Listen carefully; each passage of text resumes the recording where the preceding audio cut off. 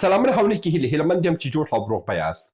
دغه ورځ کې په ناڅاپي ډول باندې یو پلا اعلان وسو چې د پاکستان او افغانستان په منځ کې بیا خبرې په عربستان کې شروع شوې دي. که څه د دغه خبرو په هکله باندې مخکې هیڅ داسې رسنۍ خبر هم خپور شوی نه و چې ویل سوی وایي چې په دغه وخت کې د عربستان او پاکستان په منځ کې د دوی خبرې اترې شروع کېږي او په دې خبرې اترې به کوم لوري وسي. خو یو په دوی اعلان وکړو چې یاره خبرې اترې وسوې او خبرې اترې هم ناکامه سوې. نن په دغه ویډیو کې زه تاسو ته وایم چې په عربستان کې څه وسوه، آیا په رښتیا هم دا خبرې ناکامه سوي دي که نه. زه پر موضوع باندې خبرې کوم، تر اضافه خبرې تېرېږو. د دغه بحث د معلوماتو راټولولو په خاطر باندې ما بهرنۍ چارو وزارت د بعضو ملګرو سره او بعض سرچینو سره خبرې وکړې. معلوم چې څه وسوه، څه کېږي، سره کوم وسوه، دا خبرې سره کوم شروع سوه چې یو په دوه باندې د شروع کېدو وروسته دا برته مکمله ناکامه سوه. په اصل کې کیسه داسې وه چې دغه خبرې د عربستان او د قطر او د اماراتو په ډېر فشار باندې دا سوي وه. او البته د خپله هم چې دا کوم کسان چې دوی تللي وه چې یو اجنجیب د کورنۍ چارو وزارت مرستیالو انس حقاني ویه چې د حکومت سیاسي سلاکار هم بلل کېږي او قهار بلخي چې د بهرنۍ چارو وزارت ویان دی او درې نور کسان وو چې دوی 6 کسان دوی عربستان ته تللي وه. که څه دا سفر سیاسي وي خو داسې دوی داسې انګېرنه ورته ورکړې وه چې یاره دغه سفر د عمرې دپاره دا خلک تللي وه او دوی هلته عمره کوله. بیا وروسته د عربستان د بهرنۍ چارو وزارت استازو دخوا دوی ته ویل سوي وه چې موږ پاکستاني لوري هم راغواړو، تاسو راسه خپل مجلس وکړئ او دا ستونزه د افغانستان او پاکستان په منځ کې چې کوم ستونزه پیدا سوې ده دا حل کړئ. خو ښه دا هغه نمایشي خبرې وه. اوس په اصل کې څه شی وه؟ په اصل کې دا و چې پاکستان د ډېر ورځې دي چې دوی په ملګرو ملتونو باندې فشار راوړي چې یو ډول نه اوسي، یو ډول باندې دغه د تورخم دروازه باید خلاصه سي، ځکه چې د دوی د میوو وخت دی، د دوی د پنجاب د ماښام د ډوډۍ وخت دی. که دغه دروازه خلاصه نه سي د دوی دغه ټوله فصل له منځه ځي او 6 کال به د دوی د زراعت د ادرس دوی به هېڅ هم پیدا نه کړي. نو د اصلي هدف همدغه و چې دوی په د سعودي عربستان باندې، په قطر باندې، په ترکیې باندې، په اماراتو باندې دوی خپل فشارونه ډېر کړي وه. دا ځل دوی ولاړې دا څه ته ولاړه، سعودي عربستان ته ولاړې. د افغانستان پلاوی تللی دی، هلته د پاکستاني لوري سره خبرې هم کړي دي. د پاکستاني لوري خپل بعضې بېنزاکتیانې هم کړي وه چې لکه څنګه دوی فکر کوله ګوره دا د استخباراتي دا څه هم د چې کله هم غواړې په یو ډلې باندې یو ګروپ باندې خپل روب واچئ، ډېر پټکي وکړه، خشم وکړه، بې احترامیانې وکړه، بې ځایه خبرې وکړه، رچخند وه. دا ګوره دا د دسیسې جوړولو او دا د پروپاګنډا برخې هم دي په استخباراتو کې، دا ډېر مهمه هم دي او دا کارونه کې سوي دي.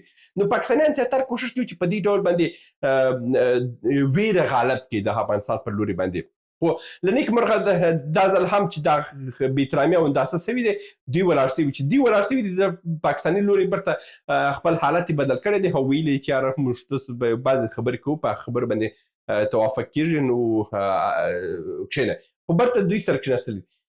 په دې مجلس کې بعضې اسناد تبادله سوي دي او بعضې خبرې سوي دي او هغه اسناد کابل ته راوړل سوي دي او کابل ته راوړل سوي دي. په دې اسنادو باندې دوی غور کوي کوم غوښتنې چې پاکستان درلودل هغه یې ورکړي دي چې دوی افغانستان ته یوسي او د افغانستان لوري ویلي دي چې موږ دا په دې ډول باندې اوس مهال موږ تصمیم نسو نیولی، موږ دا افغانستان ته وړو، افغانستان کې پر دې باندې موږ په مجلس کې ووایه، بیا به وروسته موږ برته راسو او یو نهایي جواب به راکویه. نو داسې که سره راټول کړو نو خبره دا ده چې دا خبره له تر اوسه پورې د ناکامي او د کامیابي خبره نشته. دوی فقط د دوی خپل داسې تبادله کړي دي او پاکستانیان دا ځل چې دي مجبوره دي، دا ځل مجبوره دي. دوی حتی که د افغانستان سره پخوانی دا څه چې دوی درلود غوښتنې چې درلودل، نه پوهېږم ډیورنډ دی او نه پوهېږم دا دی او دا دی چې په قطر او په ترکیې کې دوی درلودله، دا ځل ډېر کښته راغلي وه. یعنې په بهرنۍ چارو وزارت کې چې کوم منابع ماته دا خبره وکړه لکه د تېر ځل چې په داسه کې کوم ادبیات استعمال سوي وه په ترکیه کې او کوم بېنزاکتیانې سوي وه، دا بېنزاکتیانې او دا زورګویانې د پنجاب د لوري دا ځل بالکل راټیټ سوي وه، ډېر کم سوي وه او دا ځل یې دوی غوښتنې کړې وه او دا غوښتنې هم په دا خاطر باندې وه چې یو څو پټ داسې یې درلودله او هغه یې افغانستان ته رالېږلي دي او افغانستان لوري بیا پاکستان ته هم استولي دي چې پکښې کې عمده موضوع د داعش خراسان موضوع ده چې دوی ویلي طالبان همیشه دا غوښتنه لري که تاسو داعش خراسان او د مسعود تروریستي ډله یا بل مقاومت یا بل دی او بل دی که تاسو د افغانستان په ضد باندې هر تروریستي ډله تاسو حمایه کوئ موږ هم د زور او خپل د داسې څخه کار اخلو. هغه که مثلا موږ د بلوچستان سره خپل همکاري وکړه، هغه که د ټي ټي پي سره موږ خپل همکاري وکړه، هغه که موږ د هند سره خپل اړیکې جوړې کړې او هغه دا دی چې اوس خو بله ښه بهانه پیدا سوه چې موږ سره وپېژندله، هغه دا دی چې د تجارت لاره مو زده کړه، د دې نه وروسته تاسو به د لاره نه بندوئ، لاره به د دې نه وروسته موږ بندوو. نو دا هغه خبرې دي چې افغانستان ورسره شته. افغانستان سره نن سبا کریډټ ډېر سوي دي. پخوا موږ سره ګوره یو کاذبه ویره وه، یو په ناقي ډول باندې زموږ سره ویره وه چې یاره پاکستان به د لاره بنده کړي په موږ باندې به څه وسي. دغه یې بنده کړه د پاکستان حالت خراب شو. همیشه ما هم دا خبره کول چې پاکستان پکښې تباه کېږي، افغانستان لوري نه تباه کېږي. دا ځل وګوره دا ځل موږ دپاره یو بله وسله هم پیدا سوه. که پخوا موږ بلوڅ درلودله، د بلوڅ سره همکاریانې درلودلې او هغه په تېرو حکومتونو کې هم حتی هغه د سردار محمد داود خان د وخت څخه تر اوسه پورې موږ د بلوڅ وروڼو سره ځکه خپل کور یې دی. افغانستان داسې نه دی چې زه وایم چې یاره بلوڅ بېګانه دی او بلوڅ د بل ملکه دی. نه، بلوڅ د خپل لوی افغانستان دی، د خپل کور دی چې افغانستان ته کله ځي او کله راځي. هغه خپل کور دی، هېڅ افغان یې هم مخنیوی نسي کولی ځکه چې د خپل افغانستان دی دا خلک. نو که بلوڅ سره و، که هلته مثلا ټي ټي پي ده، که هلته وزیر دی، دا خو افغانان دي، خو دوی ستونزه په راسي افغانستان ته ځي بیرته راځي. خو بیا هم دلته افغانستان سره اوس مهال د فشار حالې بالکل ډېر شوي دي چې یو فشار حاله زه تاسو ته وایم تجارت د دې نه وروسته دروازه ته ورباندې وتړه. ولې هغه پاکستان یې د دې نه وروسته چې هر یو بېنزاکتي پاکستان وکړ دروازه ته ورباندې وتړه. دا ستا دپاره ښه چانس و.